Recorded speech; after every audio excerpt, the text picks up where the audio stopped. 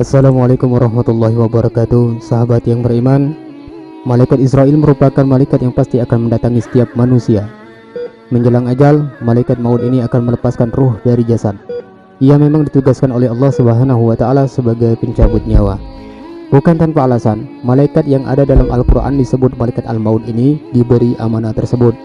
Ada serangkaian kisah yang akhirnya membuat Israel terpilih menjadi malaikat pencabut nyawa.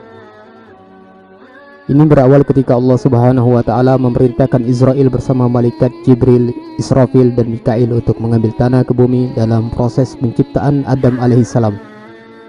Dalam sebuah hadis muktabar yang dinukil dari Imam Ja'far As-Shadiq disebutkan bahwa sebelum menciptakan Adam dari tanah, Allah Subhanahu wa taala terlebih memberi kabar terhadap bumi bahwa Dia akan mengambil tanah di sana.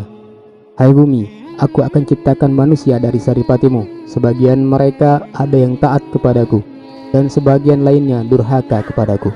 Siapa yang taat kepadaku, maka akan aku masukkan dia ke dalam surgaku. Dan siapa yang durhaka kepadaku, akan aku masukkan dia ke dalam nerakaku. Allah Subhanahu wa ta'ala kemudian mengutus malaikat Jibril untuk mengambil tanah ke bumi. Namun sebelum sempat mengambilnya, bumi memberikan pertanyaan kepada Jibril terkait tujuan Allah mengambil tanah di bumi. Malaikat Jibril kemudian memberi jawaban sebagai berikut. Karena Allah akan memerintahkan Adam alaihissalam dan keturunannya untuk menyembahnya. Setiap yang taat di antara mereka akan berada dalam naungan rahmatnya dan dipersilakan masuk ke surga. Sementara Dia akan menyiksa siapa saja di antara mereka yang menentangnya dan tidak taat kepadanya di dalam penjara jahanamnya untuk selama-lamanya. Ketika mendengar jawaban Jibril, bumi pun memelas dan bersumpah dengan nama Allah bahwa ia tidak sanggup menanggung beban manusia di bumi.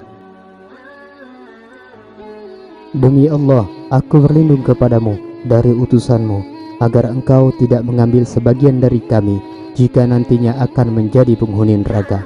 Mendengar sumpah tersebut, Jibril tidak mengambil apapun dari bumi, lalu kembali kepada Allah Subhanahu wa ta'ala dan menceritakan alasan bumi yang bersumpah dengan keagungan Allah bahwa dia tidak memiliki kesanggupan untuk menanggung azabnya. Allah Subhanahu wa ta'ala lantas mengutus dua malaikat sekaligus, yakni Mikail dan Israfil, untuk turun ke bumi mengambil tanah. Lagi-lagi bumi melakukan hal serupa dengan bersumpah membawa nama Allah. Kedua malaikat ini pun lalu kembali kepada Allah tanpa membawa sedikit tanah pun, sama seperti malaikat Jibril. Lalu Allah Subhanahu wa ta'ala kemudian memerintahkan malaikat Israel untuk mengambil tanah itu. Namun Israel berbeda dengan tiga malaikat lainnya. Ia langsung memukul bumi dengan pedangnya dan bumi pun bergetar ketakutan. Lantas malaikat Israel mencabut segenggam. Meski bumi sudah bersumpah atas nama Allah, namun ia tetap mengambil tanah seraya berkata, "Aku takut menyalahi, melanggar perintah Allah. Aku sama sekali tak akan melanggar perintah Tuhanku, walau dengan segala perendahan dirimu." Ketika Israel mengambil paksa mencabut sebagian dari bumi, bumi pun menangis merasa kehilangan. Kemudian tanah itu dibawa menghadap Allah Subhanahu wa ta'ala.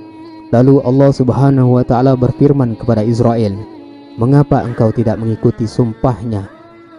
Jawab Israel, "Perintahmu lebih aku ikuti dan aku takuti daripada sumpahnya." Kemudian Allah Subhanahu wa ta'ala berfirman, "Engkaulah malaikat pencabut nyawa, malaikat maut." Kemudian Allah Subhanahu wa ta'ala memberikan penghargaan kepadanya atas hal tersebut. Dengan alasan inilah Allah memerintahkan atau memberikan tugas kepada Israel untuk mencabut nyawa-nyawa hambanya.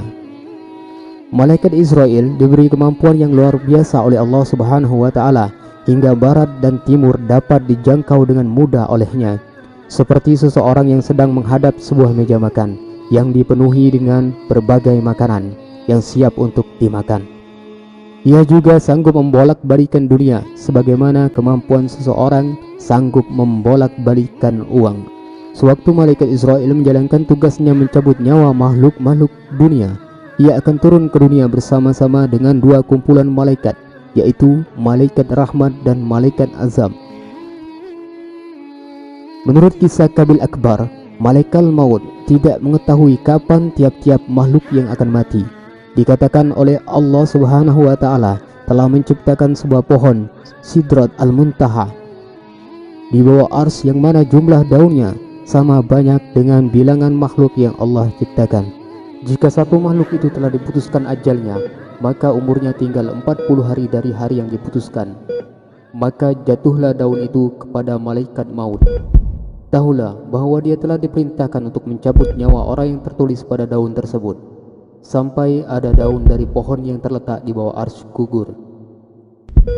Kemudian akan jatuh 2 titisan dari arah arsy pada daun tersebut, titisan hijau ataupun putih.